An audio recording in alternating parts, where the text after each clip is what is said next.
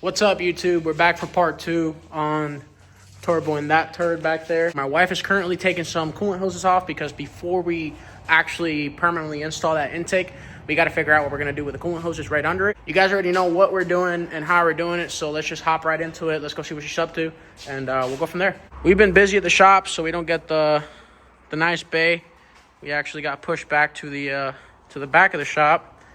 That's all right. Still working inside, so... What are you up to? Hi. So she's pulling that hose that originally goes to the bottom of the original intake, and then the hose that came out of here. And we're going to go ahead and remove that hose. The idea behind it is to go straight from the valve to this one, since that one used to be a separate hose that went to the intake. And then that one we're just going to cap off.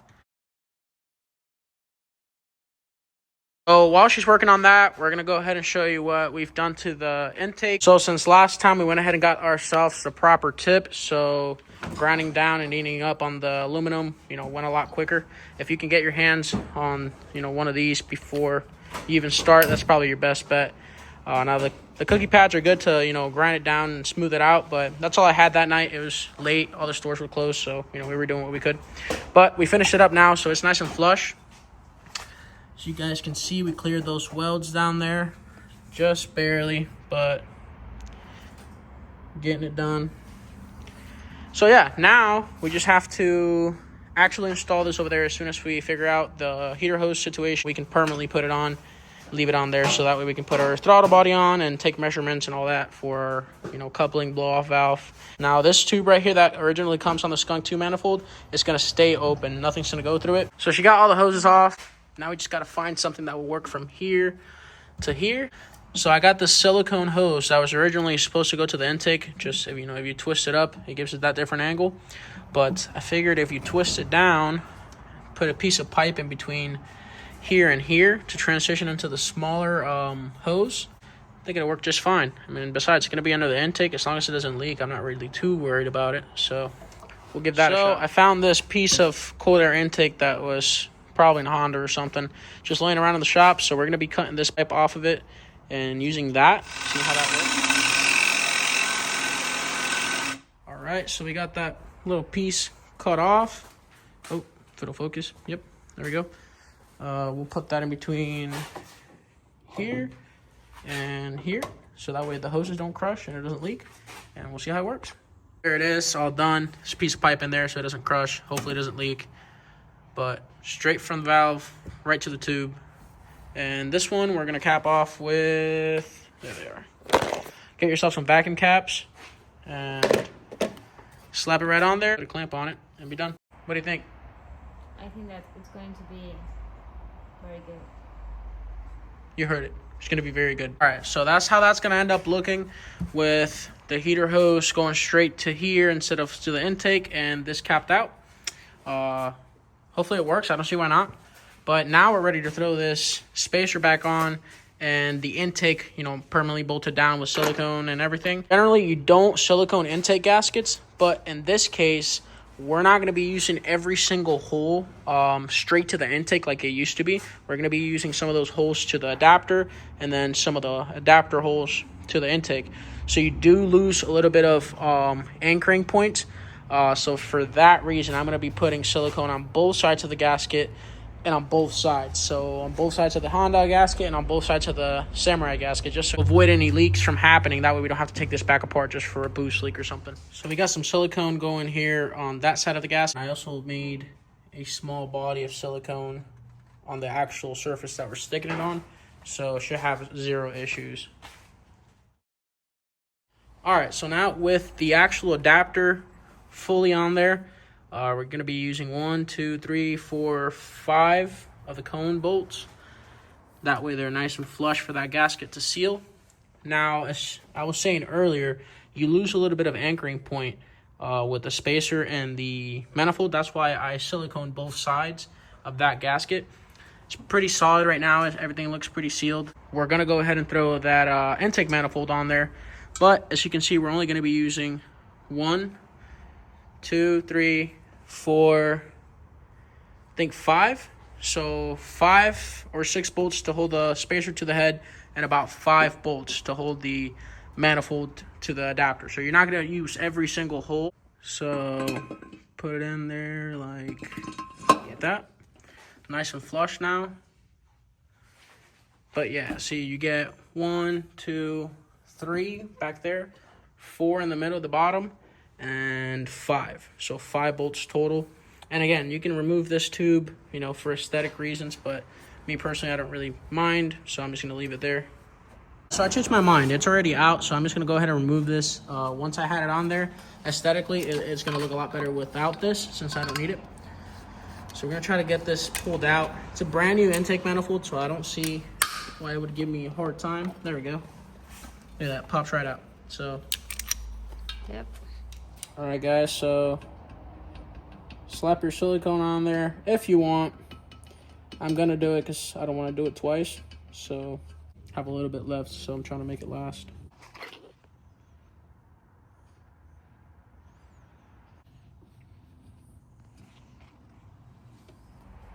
All right, guys, so this is the Honda gasket that's going to be going on that spacer. Obviously, it goes to the Honda manifold. So we've already got our body of silicone on the actual manifold itself. Since this is a nice flat surface, I'm just going to go ahead and put it on and not really worry about siliconing that side of it. Yep, that's 100% backwards. All right.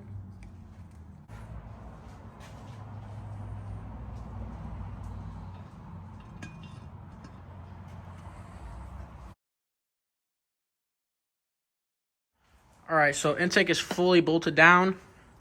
Now we just got to check that it's sealed up. No light. No light. Now I found a spot for this ground. There's threads actually on the bottom of the intake. So I'm going to be putting a bolt there, taking care of that ground. So we're pretty much almost done with this side. Just going to slap the throttle body on it. There's a plate. Goes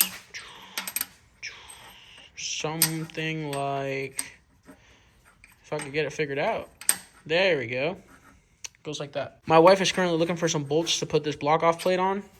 And I'm going to get working on the throttle body so we can get that on. Try to move on to the other side by tonight. Perfect. We'll just trim these down and put it on. Alright guys, so we got the bolts cut down. Let's see if it goes in. And it wasn't perfectly straight. I was using a handheld. Yep, that worked. Alright, so we got the block off plate on there. Good enough for me. Now we're going to work on getting this throttle body on there. I got the gasket somewhere in it. Right here. And we got a 70mm throttle body going on. So we got the gasket on there. Just going to go ahead and install it.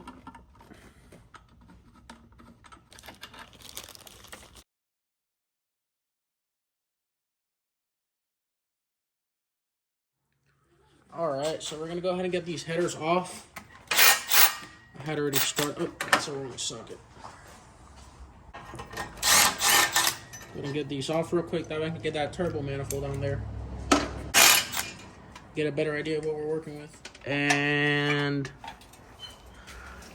that's why I married her.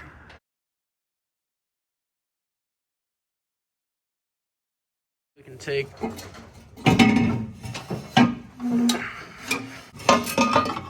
there we go.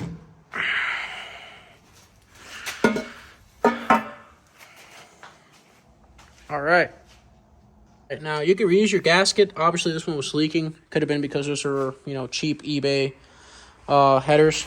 But regardless, I got this gasket right here, which protects the wires from the heat a little better. Now I am going to heat wrap these spark plug wires, at least half of them, or halfway, just because the turbo's going to be sitting kind of high. And even with the turbo blanket, you know, it's going to get a lot hotter than it used to.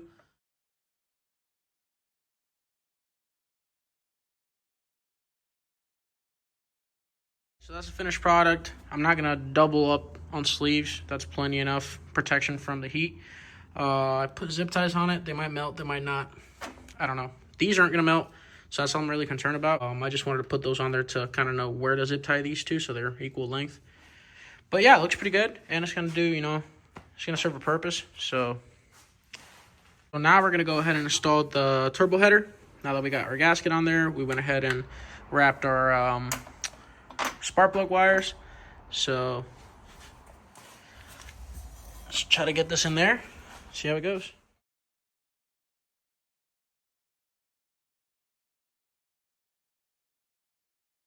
Got the turbo header on there. I thought we were going to have to remove the steering shaft, because as you can tell, this is like right under there.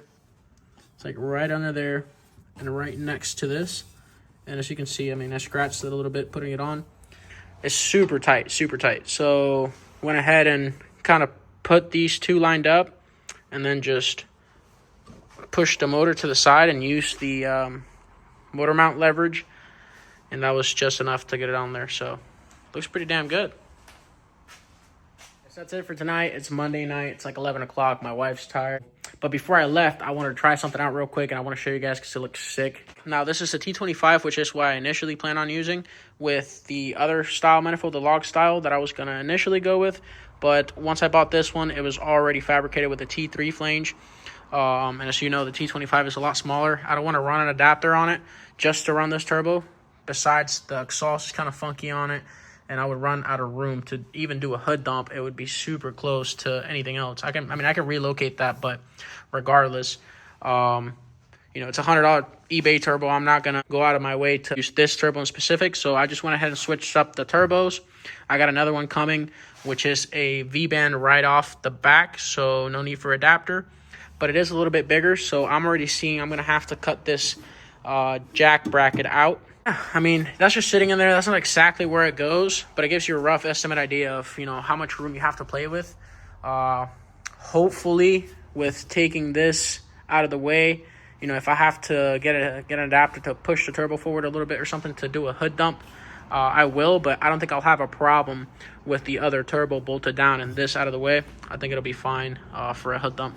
That's something for another day.